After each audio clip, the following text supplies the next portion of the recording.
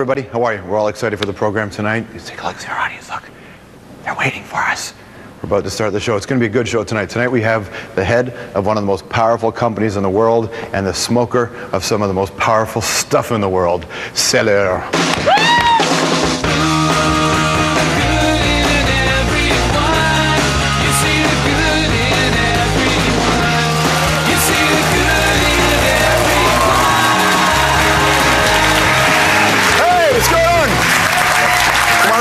Nice to see you. Welcome to our little program today. Nice. You, sir, have a very lovely sweater on. I like that vest. That nice Argyle sweater vest. Nice call. Well then, if you don't know this, by the way, Argyle, totally back for 2009. Absolutely back.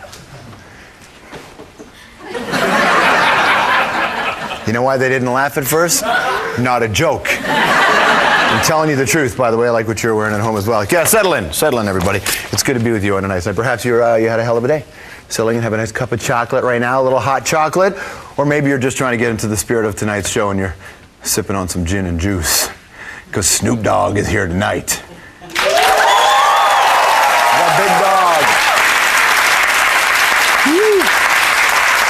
Sipping on gin and juice. Laid back with my money and my money on my mind. We got 4 Snoop Dogg fans here. That's all right. By the way, I'm excited to have Snoop on the red chair. The first time I ever interviewed his dog fatherness was probably maybe 8 or 9 years ago when I worked at Much Music, and we waited 6 hours to get the interview. Like from when it was supposed to start to when it actually happened. It was a 6-hour wait. I don't wait very long for much. 6 hours for Snoop Dogg. This time we thought we'd outsmart him. We told him the interview was on Monday. He just rolled in. So we nailed it. And if you're not a Snoop fan, you may be watching and going, I don't care about Snoop Dogg. I'll relate him to Gene Simmons in the way that when Gene Simmons was on our program, a lot of people were very surprised by the kind of person that Gene turned out to be. Because Snoop is as interesting and as dynamic a personality as you're going to meet. He's proof that you can change. Came from a tough, hardcore life. Now he's a family man, coaching his son's football team. You do not want to miss our conversation with Snoop Dogg. And I will say that I think next week will be the 600th episode of The Hour. Nobody has ever entered the CBC quite like Snoop. When Snoop rolled in, man, it was like the Pope. The Pope had shown up. Also in today's program, you've been asking about the election. We'll give you an election update. We'll read some of your emails. We're a step closer to life on Mars. And we know clearly that autumn is underway, or as John Keats liked to call it, the season of mists and mellow fruitfulness. Today, my friends, is October 21st. It's actually Apple Day in the United Kingdom. They're celebrating in the orchards all across Britain. And what better way to mark Apple Day than to have the CEO of Microsoft on the show? The power, Steve Ballmer is here. He's not your typical boss. Here's his bio.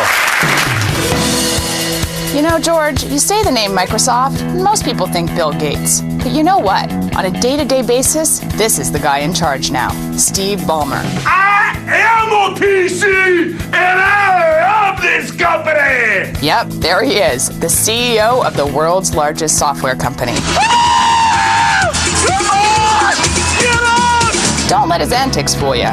Ballmer is a smart guy, some would say genius, and that big old brain of his has led to lots of dough. On Forbes' 2008 list of the world's richest people, Steve ranked 43rd, with more than $11 billion to his name. So how'd he become such a bigwig? Well, like Gates, Ballmer went to Harvard, and there they quickly became friends. Gates dropped out to create Microsoft. Ballmer, meanwhile, graduated and went on to work for Procter & Gamble. His office mate there, yet another big name to be, Jeffrey Immelt, now CEO of General Electric. From there, Ballmer went back to school to get his MBA, but he never finished. That's because in 1980, his old pal Gates came knocking and offered him a job at Microsoft. Watch while I make Windows XP the center of my home. All my pictures, all my music, all my videos, all in one place. Over the next 20 years, Ballmer headed up a bunch of divisions. Then in 2000, Gates stepped aside as CEO, and Ballmer became Microsoft's top dog. We need to just drive. Technology, marketing, drive. I think he inspired the ShamWow guy. Steve Ballmer, everybody. How are you? Good. Excellent. Real good. You must get a kick. Well, those YouTube videos are amazing of you trying to motivate the troops. When you watch them back, do they play out as you remember doing them? No, not at all. I guess I was having fun, but you know how you get yourself worked up in one of those super hyper states and you just got the adrenaline flowing? I'm good at that. Well, were you naturally that kind of guy? Were you naturally, this dynamic, a personality, but also leader of a company? Because a lot of guys kind of grow into their own comfort level. Were you always this way? No, very shy as a kid. Yeah. Super shy as a kid, in fact. My parents used to have to leave me in the car when we go to other people's houses because I was too nervous to go meet the other daddies. Well, do you remember when this happened, the change? Yeah, it really started happening in college. I was the manager, not a player, but the manager of the football team, and I used to have to get up in front of 100 guys who were all Harvard team, right? Harvard team, and these guys were all, sit down, manager, man, listen up to me. You're like, girding yourself to do the right thing. What was your record when you were the manager of that team? We won 2 Ivy League championships. That's Thank not you bad. for asking. I think I was a manager, though I didn't play it. I think I may have lost money betting on that particular team. You have a new operating system coming up for Microsoft, but the question that I would have is, from the beginning when Windows was what it was to now, what are the challenges of putting out an operating system in this climate? Yeah. The real thing is the innovation. Economy's tough on everybody. There's no question about that. Does that affect your business in that respect? Sure. People buy less PCs. Businesses buy less computing. Sure, it affects the business. But at the end of the day, the most important thing is that we keep Windows and we keep the PC moving. Because there's always something new. That's been the amazing thing about the PC. When I started Microsoft, there was no PC. Then it was a machine for programmers, for word processing, for finance, and now just think it's for music, it's for communication, it's for video, it's for this, it's for that, it's for everything. Right. It's really amazing. Well, 1980, was it 1980, early 80s when you joined Microsoft? Exactly, yeah. So 1980 you joined Microsoft. I'm sure you, Bill, and a bunch of the other people, Bill Gates, had an idea of where the company could go. But with speeds and technology, did you think you'd be here in 2009 and this is what we would be talking about and this is where it had gone? The technology, yes. The real impact that it's had on society, if anything, we probably underestimated. I remember there was a day in the 80s sometime, Andy Grove, who was running Intel, said, some year there'll be 100 million computers sold. And Bill and I thought, wow, what a big number. Yeah. And this year there's going to be 300 million Windows computers sold. And that's just the Windows computers? That's just the Windows. And there'll be another, maybe 10 or 12 million Macs on top of that. Oh. You told me we're allowed to have a little fun, George. You can do whatever you want. Steve, I'm glad you brought that up. What do you do, the Mac, is Mac a competitor? Is Apple a real competitor to you guys? Sure. Yeah? Sure, of course. I always wondered if you guys looked at Google as a bigger competitor than a company like Apple. We got a lot of competitors. Really, we have a lot of good competitors because we do a lot of different things. When it's video game time, we're really looking at Sony and Nintendo with our Xbox. When it's search time, we're looking one direction. Business computing, we look another. It's just that we've got the broadest footprint of anybody in our business. Well, you're a competitive guy, right? And you like your company to win. I do. What was your first reaction when you saw those Mac PC ads? Because there are campaigns that are successful, and then there are campaigns that become cultural. And it doesn't matter if people are buying Macs or PCs or not, but those commercials resonate. When you first saw them, what went through your mind? I can't say, wow, this is a happy day. What I can say is I'm glad they've been more cultural than commercial. Okay. But Apple actually had a success with the iPod, and I think that in the way that they went away from what people thought was their core business. I think Xbox is an example where things changed for Microsoft. Hardware versus software. When you took over the company, did you have a different point of view as to how the company should run from Bill? No, look, Bill and I worked together every day for 28 years. Yeah. Okay, now Bill's part-time at Microsoft, but 28 years. You can't say, oh, we all have different ideas. Now Bill's not here, Steve's out. No, I mean, we've been partners. He was senior partner, I was junior partner. He asked me to flip it around 10 years ago. I became the senior partner. He wants to be part-time.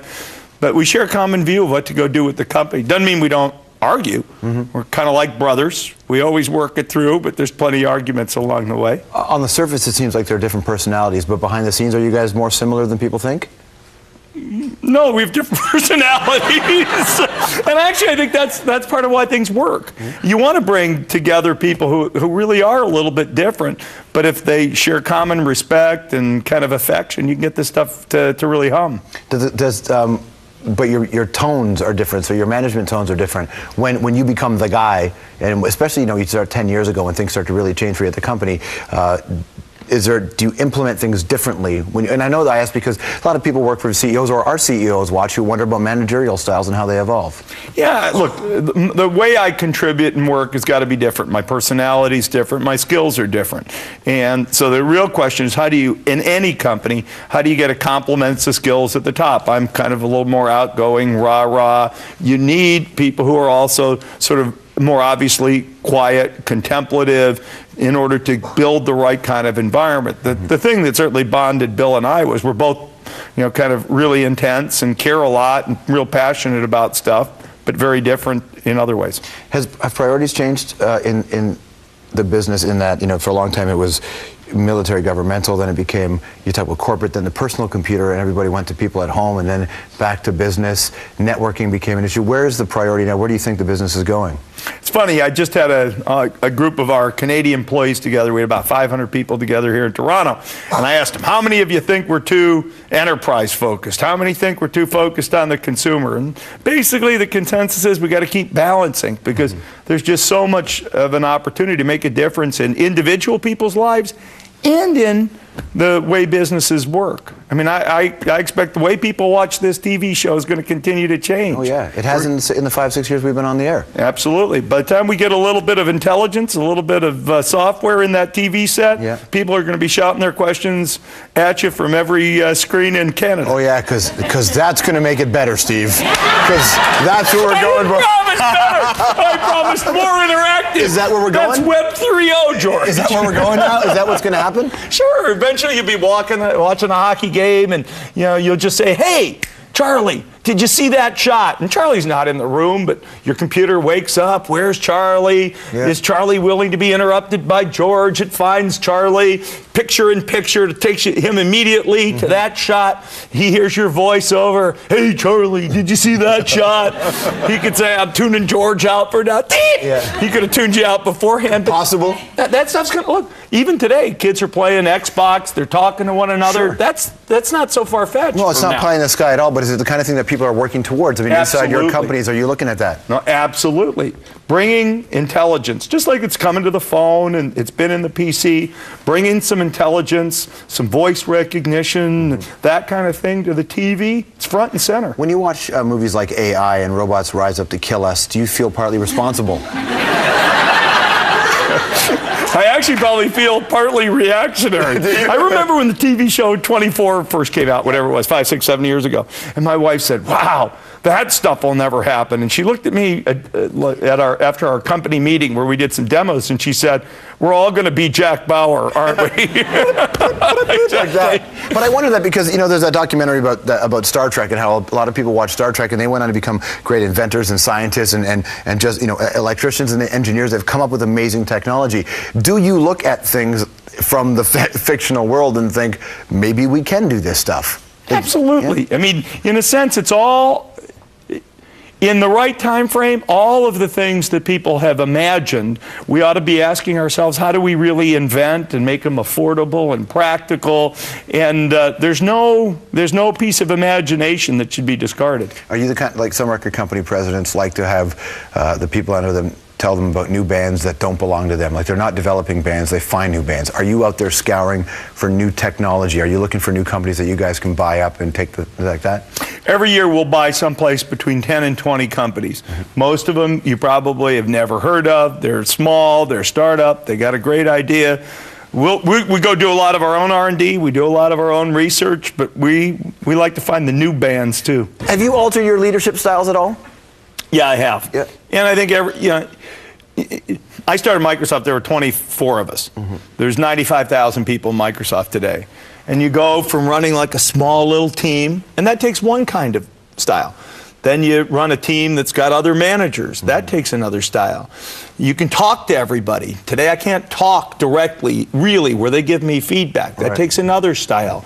You're leading leaders. So yeah, you got to keep evolving and changing kind of with the situation. Maybe one day your monitor in your office can have a place where the employees can just pop up on your screen and say, hey Steve, do you want my notes? Absolutely. Unfortunately, I still probably can't do that 95,000 times a day. Are you a technically literate guy? Yes, I am. You are, yeah? I'm not a programmer by profession. I wrote a few programs growing up in Detroit, and have never written any professional software. Now, we're on the air in Detroit. They can watch us here in Detroit. Anybody want to say hi to you're looking for? Haven't seen in a while? Hi, Cousin Sarah. There you go. She's 96 next month. Does she have an H in the end of her name? Sarah with an H? Yeah, absolutely. Okay, Sarah with an H. There you go. Now, we talked a little bit about, I guess, getting inspiration and where we can go. I know a lot of people would often ask programmers, technical people, how come our life isn't like the Jetsons when we were told life was going to be like the Jetsons? We'll run down a couple of technological advancements and see how far away they really are. More with Ballmer when we come back. Yabba dabba do, Baba. It's your boy Big Snoopy Deagle Double Jizzle. Stick around and I'm coming up on the hour. And you do know that.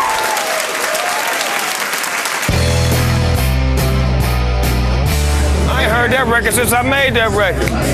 Hey, Kev, that's that shit called Dog Collar. Hey, I ain't heard that record since I did it. Okay, everyone, nice and quiet, please. Here we go. In speed. All right, you don't want to go anywhere because when we come back in just a little while, one of the worst things about flying could become a thing of the past. We'll tell you about that, plus the one and only SNOOP, Snoop Dogg, will be here. Come on back into the studio. We're hanging out with Steve Ballmer, the head of Microsoft, the CEO. Your dad's an immigrant, came to America, Detroit, Ford plant. Like, you come from a very blue-collar background. Yeah, I come from an immigrant background. That's right. What did you? What lessons did you learn from like? What was the dinner table like when you were 10 and 12 years old? Well, my dad came home. My dad didn't finish high school, no college, but he got into finance actually at Ford and kind of worked away. And he was always trying to talk to me about things I didn't understand about accounting and where you had to make things. My dad actually would go once a month when we were living in Detroit. He'd go to either Tilsonburg or Windsor because Ford had big operations. He was always crossing back and forth. Even to this day, I know he had something to do with tax, and it was too complicated for me to get. Yeah. At the time. Yeah. Now I bet you know the tax law all too well, don't you? I know it a little better than I did then, George. That's true. In terms of technological advancements, you were talking about being able to say Charlie and your computer would find it. How far away do you think we are? I mean, can you put dates on it roughly of when you'll be able to talk to a computer and a computer will be able to talk back with some version of intelligence? Yeah, there's two different things we got to get the computer to do. It's got to actually recognize what words you said. That part we're really close. But it's got to understand what you meant. What did you mean? That's actually harder. So if the computer is owned by a passive-aggressive person, that's right. Yeah, like the tone is going to be different, right? The tone, even the words. When you say, "Get me ready for my trip to Toronto," well, I do the same things before every trip. My secretary can figure that out perfectly. My computer can't figure it out. Do I have to say, "Fine, George"? No, you want to say, "Hey, look, George." You just want to say what you want to say and have it happen. And actually, that's one of the great things for us about investing in search, because in the search engines, you're kind of typing in whatever you want to, and we're writing software that tries to really understand what you meant and give you back what you're looking for. And that's going to be an important technology if you want to talk to your computer. And video games have changed so much. I mean, I think for a long time people thought, well, they were video games were for kids, and then those people who were kids when they got their ColecoVision or their Atari or their Commodore VIC-20s where they pressed play on tape, they're the parents now, and in some cases the grandparents, and they have video games in their home, and the console has changed, I think, home entertainment. Where is the video game world going? I think eventually you're just going to think about there not being a big division between gaming and other forms of entertainment. Eventually, you'll be able to be a participant in the movie that you're watching. That's kind of an artificial boundary of the near term, if you will. Mm-hmm. You'll have this thing that's just with your TV. You want to play a game, you play a game. You want to watch a movie, you want to watch a movie. If you want to sit there and, I don't know, play bridge with your family across the country, great, you can go do that. Mm-hmm. We came out with a big splash, and then everybody's scrambling to try to find out what the next form of the interactive game is. Does Microsoft have a plan for that? Yeah, we've made a statement about that. Technology will ship next year. It's kind of a camera that comes along with the Xbox, and you can sit there. You want to play tennis? Boom! No peripheral. You don't need to go get a racket. You can just use whatever you want to use. You want to browse through the movies that are available? Just like the camera will see you browse, and it recognizes gestures. This is a gesture. Next That's movie. Minority next movie. Report, man. That's like Tom Cruise shit. It's coming, baby. Next year. Next year. Okay, Absolutely. but- that one's coming next year. Okay, but technology guys say next year, and then it's delayed by a year. I know because I go on hunger strikes until Grand Theft Auto comes out, and then I wait and I wait. Is this really going to come next year? I'll deliver it to you myself, personally, That's to what George. I'm talking about. Windows 7.0 comes out tomorrow. He is the CEO of Microsoft. Steve Ballmer, everybody. Great to see you. Thanks, Doug. All right, we'll be right back with Snoop Dogg. Okay, ready? Mad Libs? Let's do this. Okay, Mad Libs. Our birthday boy shizzled out of bed early in the morning. Showered and dressed quickly, wanting to get to his friends right away because they had something chronic planned for him. They always get me really badass blunt, he said. Suddenly his friend came in. "What's up, gangsta?" she said. "Are you all ready for your birthday nizzle?" Okay, you know what? Screw this. You do this every single time. You just ruin the friggin' game. I hate you. Man, what's that motherfucker's problem? Which one of you bitches want to play Pictionary?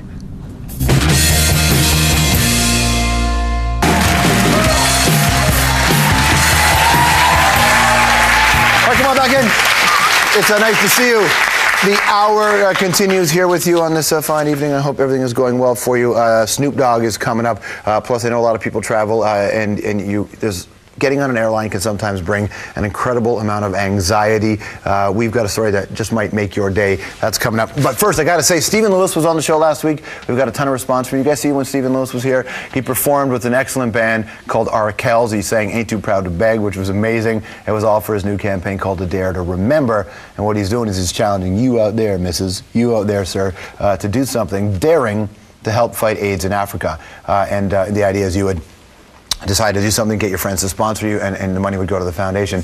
And obviously I had to do a dare as well. I had no idea what it would be, so I asked you to send me some suggestions. Now look, I like you people. I do. I genuinely do. I'm not like the TV guy who's like, now I'm playing a TV guy. No, I genuinely like you people, but I had a little trepidation about sending this request out to you because I know some of you don't like me.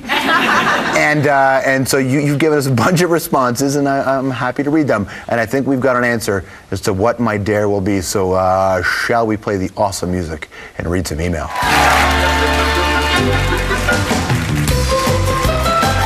All right, a bunch of things to talk about on the show. What can I tell you? What should we start here with the email? Let's go with, first of all, okay, we'll start with this one. Barb from Toronto writes, congratulations to you, Jennifer Detman, Dave Freeman, Crew of the Hour for winning the Gemini for Best Talk Series. Now, I say this because this is, obviously it's happy when you can win an award. This is for the crew who work around the clock on this show. But most importantly, this is for your families out there of the crew who never get to see them. So now you know where they've been, which is nice.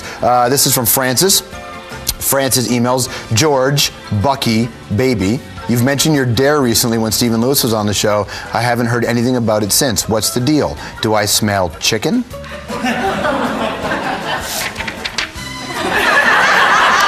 Janice from Gibsons, BC. I just thought I'd let you know that the best small town in the world is Gibsons, not Gibbons as you pronounced it.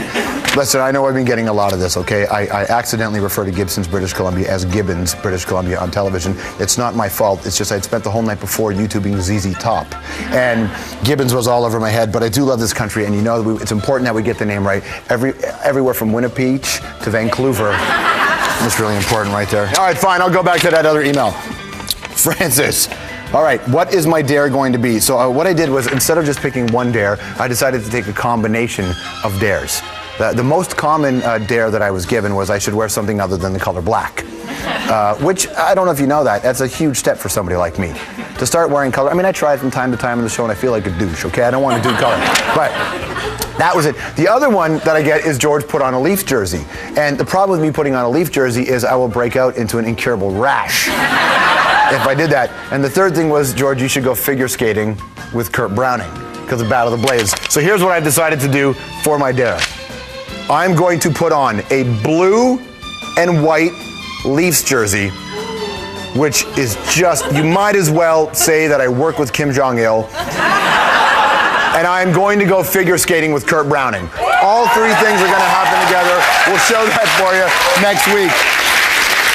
And then, oh, what am I getting myself into? You know it's not hot, missus, it's awful. You haven't seen me skate. It's quite tragic. And then the good news, though, so we'll show that to you next week, and then later on that day, I will make the news all across the country for suffering a serious injury. A lot of stuff did happen, by the way. Here's the things I got to tell you about.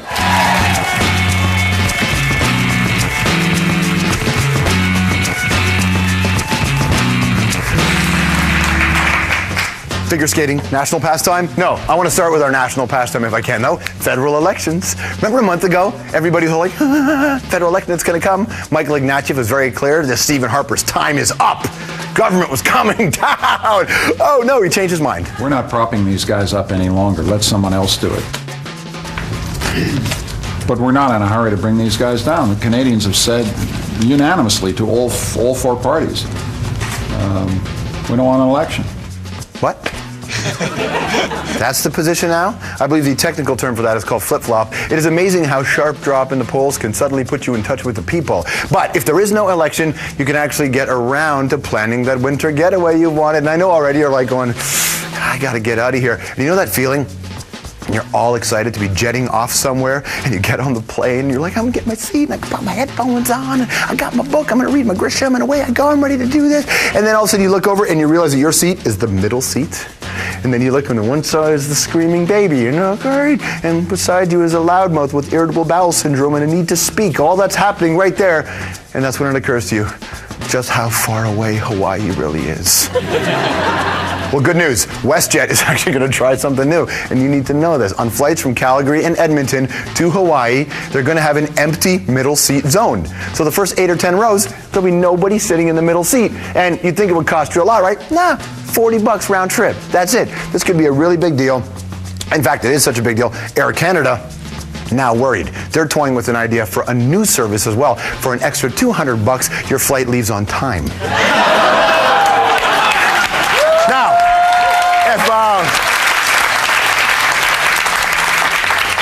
don't hate on me. The people are behind it. If Hawaii isn't really your thing, maybe you'd like something a little more adventurous. Hello, Earth.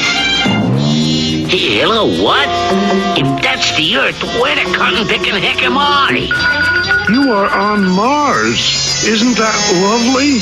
It certainly is lovely. The common thinking was we're never going to get to Mars unless it's a Val Kilmer movie, because a trip to Mars would take at least a couple of years, right? But here's why. Because you know the Earth and Mars, right, rotate around the sun, but they rotate on different, one's like the inside track of a racetrack, they're the outside tracks, and one moves a little further. So they only get close to each other, close enough, every couple of years. So if you wanted to go there, you'd have to fly from Earth to Mars and then wait a year on Mars for the planets to get close enough again so that you can actually make the jump back. And just think of the logistical hell of that. It's not like you can order a pizza on Mars when you run out of food, but NASA said they got a new rocket engine that this could cut the travel time way back. So in theory, instead of doing a year, you could get there and back in 3 months. So pack up, babies. Road trip. Next up, a new study about the internet. I don't know what you're like, how computer savvy you are. We had the Ballmer on the program today. He said he's savvy. The researchers at UCLA decided to get a bunch of people together between the ages of 55 and 78 and had them use the internet for a week. These are people who'd never used the internet before, right? Which, by the way, was probably the most annoying study ever to conduct. You know, people who've never used the internet before. No, right click. No, right click. What do you mean, what's a right click? Click the right one. That's a right click. But guess what they found? The internet apparently stimulates the brain and keeps it from decaying as we age. So the more you use the internet, the smarter your brain becomes. Which is great. I suppose now, instead of the 3.5-minute voicemail that your mom sends you, she'll now just put it in a 17-page email, all in caps. A couple things here. By the way, in Kuwait, women now have the right to get a passport without their husband's approval. That's a good thing. In Africa, experts have a major warning. They say the illegal ivory trade is so huge, elephants could be extinct within 15 years. We love elephants on the hour. That counts as bad news. And here comes the ugly. Germany, the country, has a new king of arm wrestling. And before here he is. Oh, somebody stick a leech on that thing. Look at that. That's Matthias Schlitter. No, and he did not get stung by a hive of bees. That is one forearm that is 18 inches around. You know why it's that big? Because that's the only part of his body that he works out so he can be an arm wrestling champion. An arm wrestling champion, which by the way is disgusting, or as the Germans say, ekelhaft. And surprisingly, ladies, he's available.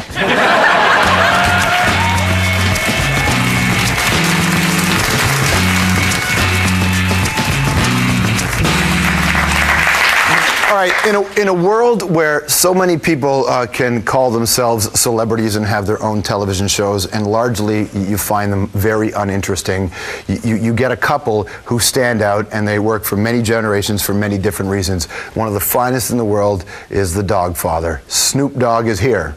Here's his bio. A shizzle dizzle, it's the Big Nap Tizzle with the Snoopy Deagle Double Jizzle. Well, George, what can you say about Snoop Dogg? Hip-hop legend, legendary pothead, and maybe the only guy who could make faux shizzle sound remotely cool. Here's another thing about him. Believe it or not, his given name isn't Snoop Dogg. No, he was born Calvin Brodus in Long Beach, California. Hey, Snoopy! And his mom called him Snoopy because she thought he looked a little bit like Charlie Brown's dog. As a kid, Snoop sang in the church choir, but soon got into gang life with the Crips and was in and out of prison on drug charges. From there came the music. Snoop teamed up with his pal, Warren Griffin, aka Warren G, and Warren G hooked up Snoop with Dr. Dre, and his career exploded. It's the one and only Deagle Double G. Snoop Dogg! Snoop worked on Dre's '92 album, The Chronic, and became an instant star at that infamous gangland label, Death Row Records. The next year, Dre produced Snoop's debut album, Doggy Style. With so much drama in the LBC, it's kinda hard being Snoop Deagle Double G. That was a huge hit, selling more than 4 million copies. Since then, Snoop's been acquitted of murder, put out a slew of hit records, and got into acting. That's him as Huggy Bear in Starsky and Hutch. You just moved up a notch in my book. That puts you at notch 1. Along the way, Snoop has softened quite a bit. He's become a bit of a family man. He actually put that life on show on Snoop Dogg's Fatherhood. Soccer sucks. I can't teach y'all nothing. He also debuted a variety show this year, Dog After Dark, and has a new album, Malice in Wonderland. Ladies and gentlemen, Big Snoop Dogg. Welcome to the show. Thank you for having me. All right, man. I'm good. Life has traveled quite fine for you, hasn't it? So far, so hood. Yeah? Mm-hmm. If you think about this, now we're in the 30-year anniversary of the release of Rapper's Delight. 30 years. It's been a long time. And even though that was, poppy song, a hip-hop song, and it changed a lot over the years, this is a genre that's 30 years old now. I mean, and if you think about your role in that, do you get much time to remember those first days? Do you remember the first time you heard that song and what it meant to you? That was actually the first rap song that I actually learned. You know what I'm saying? I learned it. It took me about maybe 25 times to hear it, and I learned it all the way from top to bottom. And it was fun to learn that rap because everybody knew it, and every time it came on, it was the thrill to see everybody singing that song. So I knew that rap would be here once that record came out. You still do that song from time to time? A hip, a hop, a hip it to the hip it, the hip hip, the hop it, you don't stop, the rock it to the bang bang boogie. Say up jump the boogie to the rhythm of the boogie to beat. What's interesting about the position that you're in, if you remember when you first hit the scene, you were a young man. You're still young, but you've been doing it long enough now that the question I always have is, there are only a beginning stage of elder statesmen of hip-hop. Are you aware of the fact that you're at this position in your career now where you're not the new kid? I'm very aware, you know what I'm saying? I got gray hair on the top of my head now, so, I understand my role and my position, but I still try to make music that's relevant, but I still stay true to who I am, which is, the artist of the age that I am, you know what I'm saying? But at the same time, I know and understand that the kids, they follow me too. I have a base of a fan base of ages 3 to probably 83. So whenever I make a record, I try to make records for those youngsters and the older ones. You got young kids, and they hear about the wild Snoop that's out there. Like that, I'm sure you have to go back and answer some of those questions at home. Definitely. My daughter, she puts me through it. Yeah. She's the one, if she sees me in a picture with another girl or a video, she always gives me the 3rd degree, so, What does she say to you? I mean, she be riding me out, like, you know, like a daughter is supposed to. Yeah, for sure. And after those conversations, does it give you a new perspective? It does. It helps me put a different perspective on what I'm doing and whose eyes are watching this. Because it used to be a time when I didn't have kids, when it was just about me. And my persona meant everything because it was just my persona. But now my vision is their vision because they have to walk around as my kids, so I have to respect their vision as well. You built a football league that your kid plays in, right? Yeah. I mean, it's worth talking about just because the name of the championship game is the Snooper Bowl. It's the Snooper Bowl. How does this come to be? Like, did you take a look in your neighborhood and say this is what we need? Well, you know, when I was a kid growing up, football was a way to keep us out of gangbanging and drugs. So I felt like if I came back to the inner city and gave back, you know, what was missing, because it was missing. And when we put it back 5 years ago, it really started to help the kids start to find a new direction. And it also helped fathers find their way with getting attached with their kids, because fathers didn't know how to have a relationship with their kids. This was a sport that was dominated by mothers bringing the kids, and it was just a single parent. Was it when you had kids where you started to think about, you know, doing this sort of thing? Giving back is, I guess, the way to phrase it, but... I think seeing my fans and knowing that my fans were kids, and then by having kids and then having a chance to talk to the kids, and then once my kids started playing organized sports, I started to mingle with other kids and see how much I affected them. You know, and it wasn't about the music, it was about the persona. So I just wanted to grow, you know, more closer to the kids, because I have a feeling that, you know, every kid needs help. You know what I'm saying? And if I can help them, why not? It's a crazy position for you to be into, because from the outside, people will look at it, and those first few records that you were a part of, you created a football league to keep people away from the content that were in your first two records. You know? Well, not the content, because the things music... you were singing about, though, right? Not necessarily, because the things that I was singing about is what I was going through. You know, so whatever I was going through at that time, that's what I expressed. I was a young adolescent who was misled, who was gangbanging, who was, you know, brought to a position where I became a star in y'all eyes. But I was groomed to be a thug.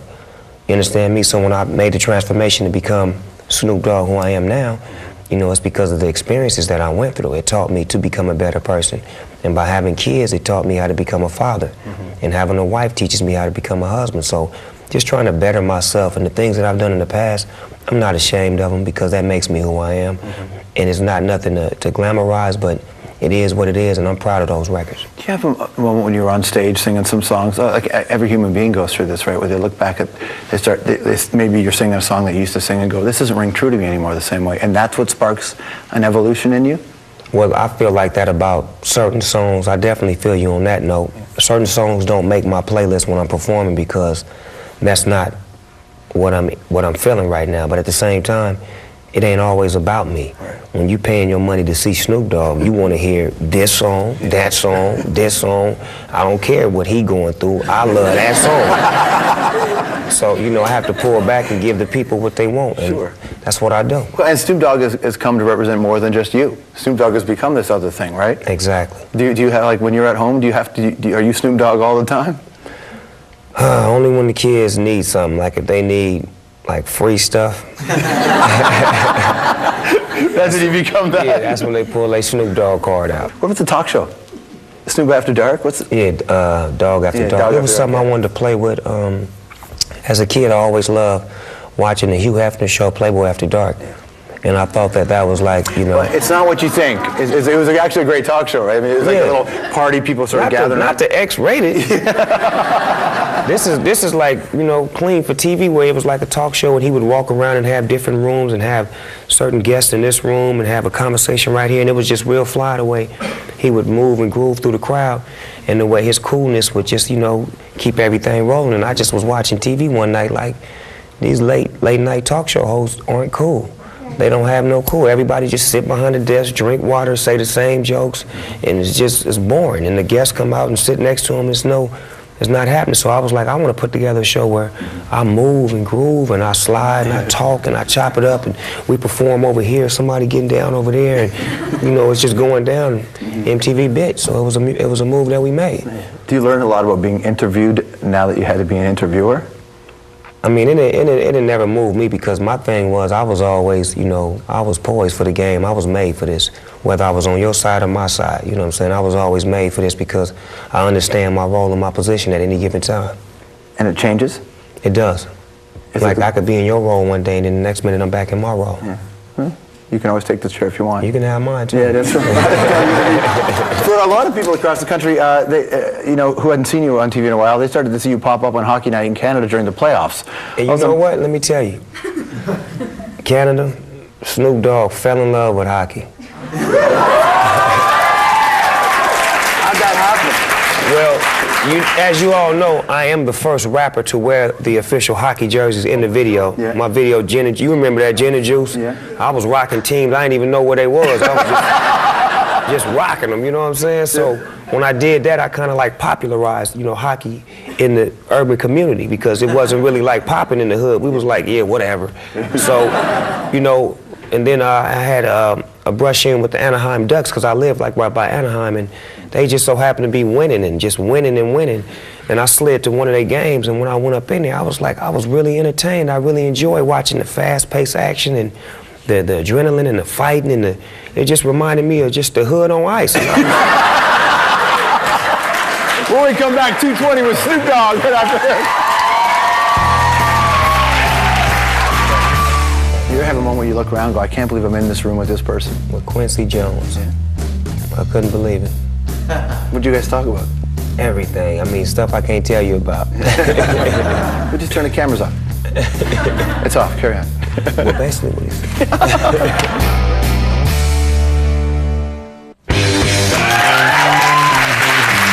All right, look who's on the program tomorrow making his return. Ballmer will be here, but not just Bill. Vivica A. Fox, both here tomorrow. It's back here on the hour, hanging out with the big Snoop Dogg. December's when Malice in Wonderland comes out, right? Mm-hmm. Malice in Wonderland is a new record. Are you bringing the Malice, or is the Malice coming to you and you live in Wonderland? Which? It's crazy because I got that title from the great Lilo Schifrin. You know who that is? Yeah. What did he say to you? We worked in the studio one night, and he had did Mission Impossible at an award ceremony that we had both got an award from, and I just fell in love with him, and we went to the studio one night, and he made me a beat, and he was like, Snoop, you should call your album Malice in Wonderland. And I just rolled with it, like, you know what I'm saying? I'm rolling with it just because he said that. You must have been in the studio with a lot of interesting people. I have. You ever have a moment where you look around and go, I can't believe I'm in this room with this person? With Quincy Jones. Yeah. I couldn't believe it. What'd you guys talk about? Everything. I mean, stuff I can't tell you about. We'll just turn the cameras off. It's off. Carry on. Well, basically what he said. Ready to play 220? Oh, actually, before Michael Jackson, I should ask you about this because I know everybody talked about it, and it's been a while now. But as the hysteria has died down, what did those Michael Jackson records mean to you as a kid? Wow. What do they mean to me still? I mean, the greatest to ever do it. Timeless records. I mean, when you want to listen to a record that sounds good and feels good, Michael Jackson, that's the man, the myth, the legend. 220, roll the animation, please. Yeah, yeah.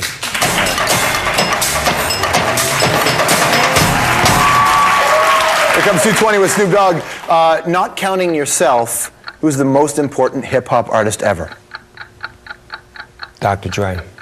Okay, not counting one of your records, what's the most important hip-hop album ever? Eric B. and Rakim, Paid in Full. There you go. Greatest Pittsburgh Steeler ever? Franco Harris. Favorite rock and roll album? Pink Floyd, Behind the Wall. Behind the Wall, there you go. Is it wrong to have a big dog when you live in a high-rise? Never that. What's the biggest misconception about you? I'm cool.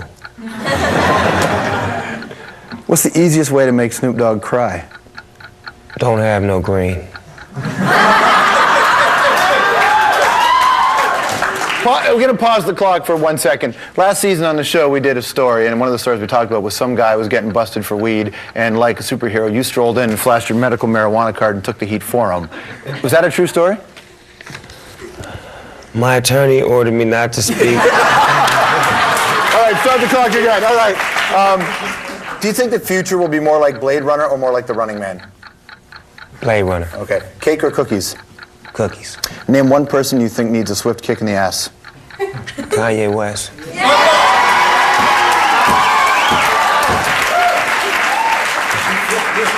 What do you do in that situation? Like, that was craziness, right? Yeah. What do you talk to him? Like, what?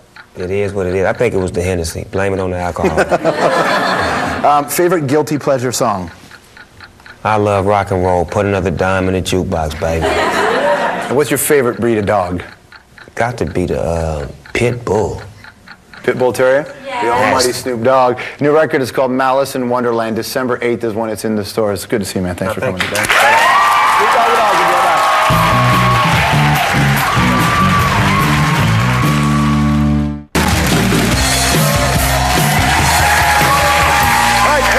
we're done for another night. We are finished. It's always so sad when we have to pack up and say goodnight, but just fall asleep, leave CBC on. We'll see you again tomorrow night. Ballmer, Vivica A. Fox are going to be here. Here's tomorrow's headline tonight.